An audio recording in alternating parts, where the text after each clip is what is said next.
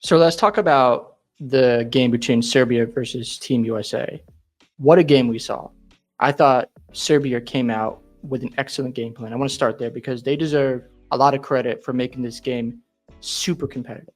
They had the lead for almost the entire game until the USA made their comeback in the fourth quarter. But Nikola Jokic, best player in the world, hands down. I thought his passing was elite. He was surgical with his playmaking.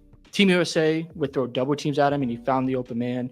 Bogdanovic was awesome as well with the mid-range pull-ups, getting open off screens. Even his drive game was impressive. He would get to the rim without a lot of resistance, but credit to him for getting to his spots. And he was just a great second option next to Jokic. And let's just talk about the three guys who we have seen since 2010 dominate this league. Steph Curry, who's still a top 5 player to me right now. He shot 9 of 14 from the three, 36 points, and he made the three to give USA the lead. When you watch this game, Steph Curry made a lot of critical threes to keep the lead between 9 to 14 points. It was in that range a lot. So when Serbia made their run, Steph hit a three to keep it close, or keep it within striking distance. And that was key because at the time, USA was really struggling out there.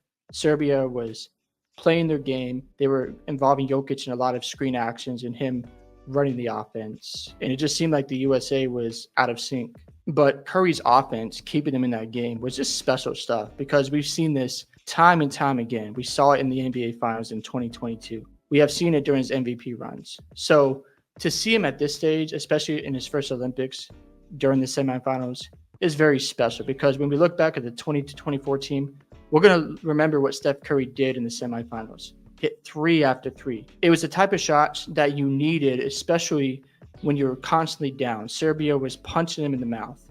And for Steph Curry to rise to the occasion and hit that clutch three, and then he had that steal where he drove it into the lane in the fast break, it was special stuff. And let's talk about Kevin Durant because I thought his scoring in the fourth quarter was key, especially when they were down. I believe it was 78-67.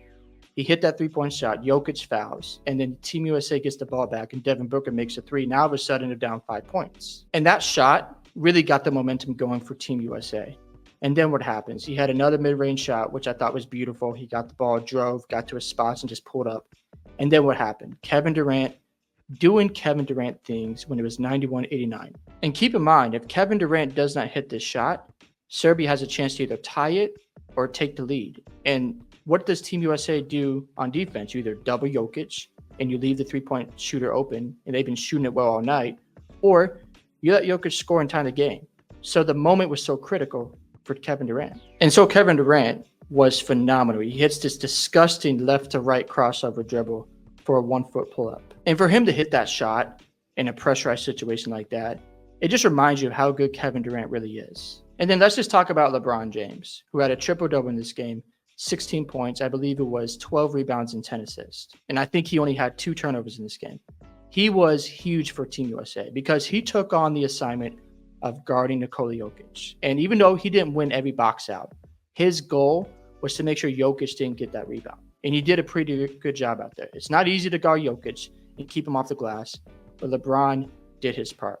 He had a huge layup to tie the game at 84-84 where he drove it in the fast break. And he's one of the best guys that drive into the lane. You can't stop him when he's going full speed. And this game just gives you a lot of chills and nostalgia because if you watch Steph Curry, LeBron James, and Kevin Durant during your childhood or during your adult years, you appreciate their greatness. I know there's going to be some trolls out there. There's going to be haters on them. But at the end of the day, these guys are phenomenal. You can't deny that. And I just think in that situation, you're down 17 points. They outscore Serbia 32-15 in the fourth quarter. Like, they have to score every bucket because if they don't, the amount of scrutiny that would have came after this loss would have been brutal for them.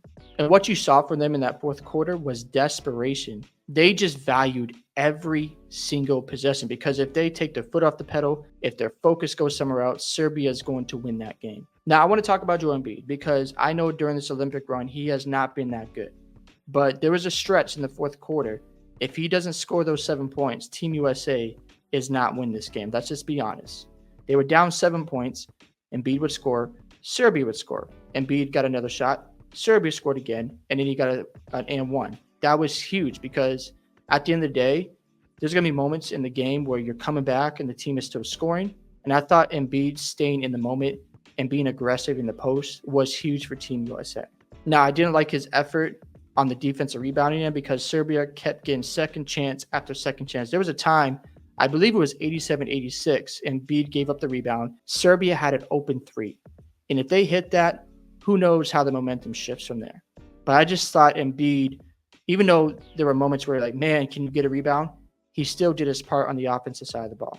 And I think for Joel Embiid, this could be a turning point for him, especially in the fourth quarter, where you can say, you know what, if I can get 7 to 10 points between the 6-minute mark down to the 3-minute mark, that's going to help my team get over the hump. I would say the next thing for Joel Embiid is to raise his competitive level, to have this intensity, this desire to want the ball more than the opponent, to have this, you know what, I'm going to get this ball. And he had some moments where he blocked the shot. It was really impressive.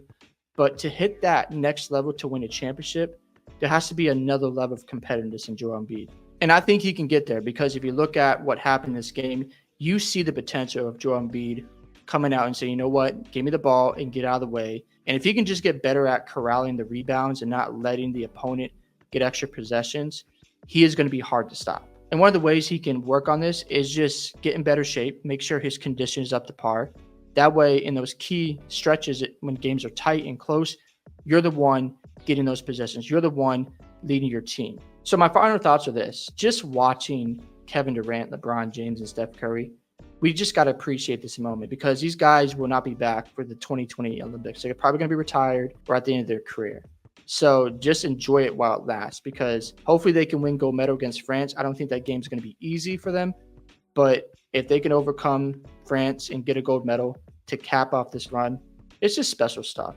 So huge shout outs to Steph Curry, Kevin Durant, and LeBron James. There's a reason why they've been so good for so long, and to showcase their skills this way was something truly special to watch. Hope you guys enjoyed this video today. I'd love to hear your thoughts on the game between Team USA versus Serbia. Don't forget to like and subscribe to the channel, and I'll see you in the next one.